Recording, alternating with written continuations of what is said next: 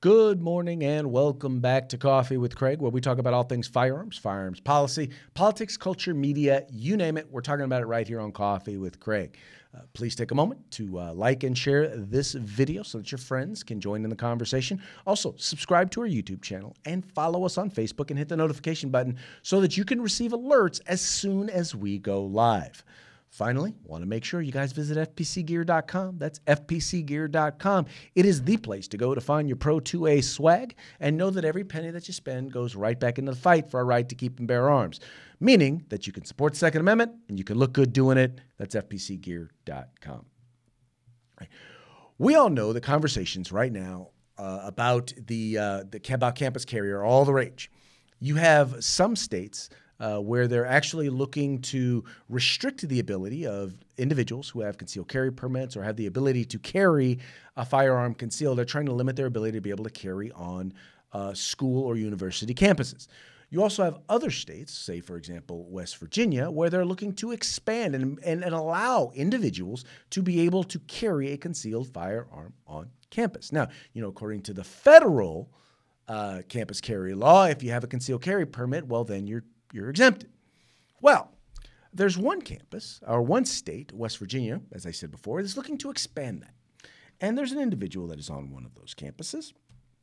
Well, let's just say that she's a friend but not a friend, or shall we say, with friends like this, who needs enemies. Her name is Hannah Pennington. She is a student. She's one of the editors for the school newspaper there at Marshall University. Now, she has basically written a column basically saying, well, we don't need the ability to carry concealed on campus here at Marshall University or in the state of West Virginia. Now, normally you would think that this is one of those gun-grabbing, not too bright Generation Z folks who really just don't get it. Well, the reality is that she's got a concealed carry permit. She has the ability to conceal carry. What's interesting is she says in her commentary here, let's see if we can pull it up real quick. She says in her commentary here that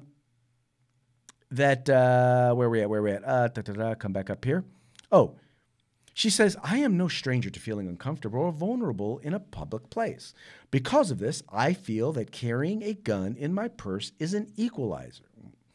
Although I hope to never use it, having it makes me feel more comfortable in situations where I'm alone and would normally feel somewhat helpless. I shouldn't have to feel this way, but I do. Carrying a firearm gives me confidence. Right? So, mind you, for her, carrying a firearm is all about how she feels, right? How she feels. Now, how exactly does she feel? She says, however, I don't feel this way on my campus. I don't feel scared or at risk when I am walking from class to class. I don't feel I need a gun within arm's reach as I'm studying in the library or at the student center. I especially don't feel endangered when I see Marshall University police officers patrolling campus 24/7. Huntington's police presence is also extremely evident on Marshall's campus. The city employs nearly 100 police officers, which statistically is above average for our population. I already feel protected on Marshall's campus. I'm sure I would feel the same way at West Virginia University or any other institution in my state. My tuition and tax dollars pay for my protection at school. I do not need protection from my fellow students and professors when there are those trained and qualified already within reach. Now, interesting little tidbit, because once again, this is all about how she feels. It's not necessarily about the reality of what is, because she may feel safe, but that does not necessarily mean that she is safe. Let's talk about another young lady who felt safe, who felt like she was safe on her college campus. This is Shana Lopez Rivas. And you know what? I'll do this. Rather than me telling you her story, I will let her tell you her story. I actually grew up in a very anti-gun liberal household in New Jersey. I never learned gun safety. I was never around firearms. And pretty much the only thing I knew about firearms actually was probably from Hollywood and movies, which is oftentimes portrayed very inaccurately compared to real life and reality. And so I started college in Florida at Florida State University with those very anti-gun, pro-gun control views. But about 2 years into college, I was raped on campus. And, you know, he had a knife, I had pepper spray. It didn't work out for me. In spite of the traumatic experience, Shana spoke about becoming empowered since joining the Second Amendment community. I've definitely become empowered from fighting for my Second Amendment rights and being able to go from victim to survivor. All right, so this was a young lady who, you know, was anti-gun, right? She didn't believe in guns. She didn't believe in firearms. She didn't believe in the right to keep and bear arms. She felt like she was comfortable. She was confident with her pepper spray until she found out that pepper spray versus knife doesn't work out particularly well. And so now she's an advocate, helping, not just an advocate, but an advocate for campus carry to allow students to be able to exercise their right to keep and bear arms on a college campus. And I'm sure she felt, once again, confident that she was protected, right? But she's not the only person. She's not the only one that we can think of. You guys may remember this young lady. She testified recently before the House committee at a hearing on quote unquote gun violence. Her name is Savannah Lindquist. Now, Savannah was not anti-gun when she wasn't anti-gun when she went to college, and she also unfortunately had to deal with something very similar to Savannah. When you went to college, you left home? I did. I moved to Philadelphia from Norfolk, Virginia. Okay. And did you take any guns with you? I did not. It would have been illegal for me to have it on my college campus. And even transporting it could have been an issue because I couldn't obviously drive it through Maryland given their firearm laws. But no, I didn't want to break the law, so I left it at home. So you made a statement in your written testimony that you said, "I obeyed the law as a responsible gun owner, and it ended with me being raped. I'm just one of countless examples of gun control benefiting assailants and making victims sitting ducks." I wonder if you would expand on that and tell us what you mean by that. Sure. So in my situation personally, I was left defenseless. There was nothing I could have done. He snuck up behind me and he attacked me, and there was... I'm just a young woman, and at the time I weighed 100 pounds less than I do now, so there was no fighting him off. So that's what I mean in terms of my situation. But there are a lot of examples. Like one of the top ones that comes to my mind is Nikki Gozer, who there was a law at the time where you couldn't have your... you couldn't bring a firearm into a restaurant, and so she, as a law-abiding citizen, left it in the car, and her husband was shot and murdered in the restaurant, and she couldn't defend him. All right, so now here's someone who actually, I mean, we're talking about someone who actually was pro-gun, owned firearms, was actually someone who actually had the ability to be able to defend themselves if, and only if, she either ignored the law and decided to carry anyway, or she was allowed to be able to carry on campus. But she was disarmed. She was disarmed by the law in the state where she was going to school. And as a result, she was a victim. She was victimized. She was someone who was prepared and could have been prepared and could have taken care of it, and she could have defended herself. And yet and still, she was disarmed. And I'm sure that she didn't feel confident on campus.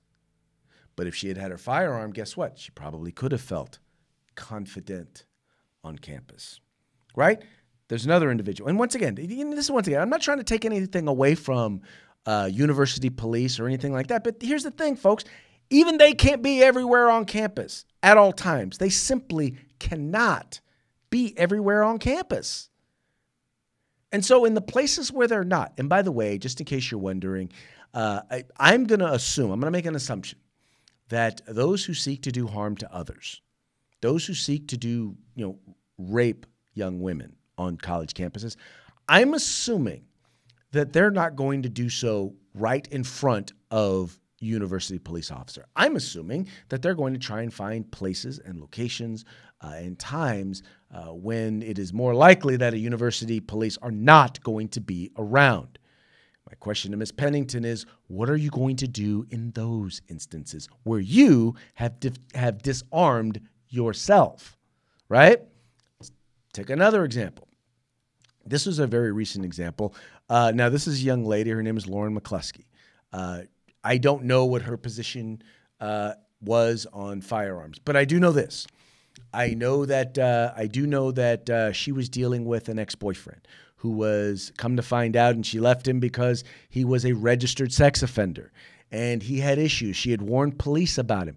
This is a guy who wound up shooting her in front on a campus, wound up shooting her on campus. Where were the campus police? According to Ms. Pennington, according to her, well, she should have been safe. She should have been confident that the university police would have protected her, would have kept her from losing her life. But that wasn't the case. So now what do you do? So let's go back to Miss Pennington. Let's go back to kind of her little 2 cents in what she says. She says here, firearms do not and will never have any place on campuses in West Virginia, including Marshall University. This legislation is being forced upon us by lawmakers who can't quite seem to understand not everyone denounces HB 2519, that's the legislation, is someone who wants to get rid of the country of its Second Amendment rights. No, obviously you only want to rid people of their Second Amendment rights when they're on colleges and universities. That's what you want. I don't consider myself a Democrat or a conservative. I'm just thinking logically. But wait a minute. You say you don't want to deprive people of their Second Amendment rights, but you don't want them to have that right on a university campus. In particular, what if they live on that campus? Or if they're on that campus at night, you want to take away their right. But to you, that's logical. I don't consider for me, politics has nothing to do with campus carry bill. Many of us are simply concerned that we will lose safety we presently have on campus. Well, what safety are you talking about you're going to lose on a college campus? Are you afraid that someone with a concealed carry permit is going to get involved in a shooting on campus, that they are going to just go crazy and start shooting people on campus?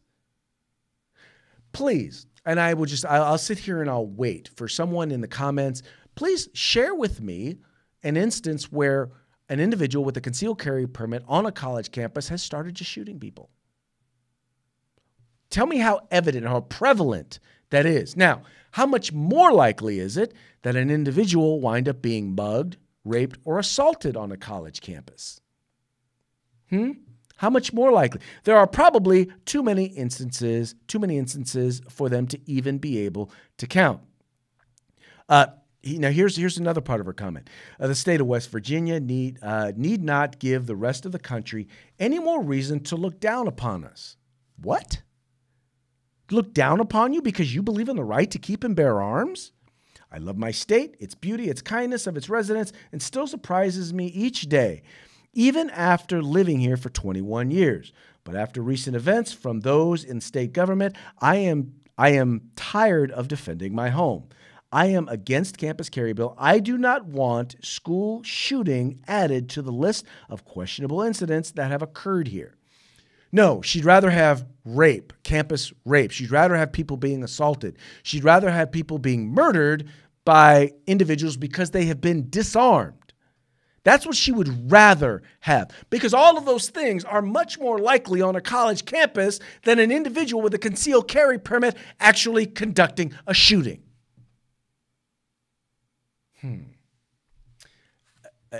The saying, with friends like this, who needs enemies, just keeps coming to mind. See, it is a challenge. And this is the reason why we need to constantly, if you know people who are on college campuses, if you know people who are part of this generation, this isn't even, I'm going to defend millennials here because this person's not this is the very beginning of Generation Z, whatever they want to call them. But these are people, these soft-headed idiots. And yes, she is a soft-headed idiot. Because there is no way that you can look at this particular situation. There's no way that you can look at stuff like this and believe in any way that this sort of madness makes sense, because it doesn't. But yet and still, she's worried because she's like, oh, we're going to look bad because there might be a shooting. People are going to look down upon us. Let me tell you something. I would much rather be safe than feel safe. I would much rather have my self-defense, my defense in my hands than in the hands of somebody else. You know, it's interesting that she feels very, very comfortable putting some university police officer in a position of harm, and she's not even willing to defend herself on a college campus. She's willing to hand over not just that right to defend herself, she's willing to hand over that responsibility to defend herself. And oh, by the way, I completely and utterly forgot to mention, the Supreme Court has already said that those same university police have absolutely no legal obligation to protect or defend her. Absolutely none. But she's confident. So, hey, I guess that's all that matters. Anyway, folks, that's going to be it for today's Coffee with Craig. We very much appreciate you guys tuning in. We appreciate you guys liking and sharing this program, telling your friends about the Firearms Policy Coalition. We are the home in the fight for civil rights. Got to use them or you're going to lose them. You guys take care.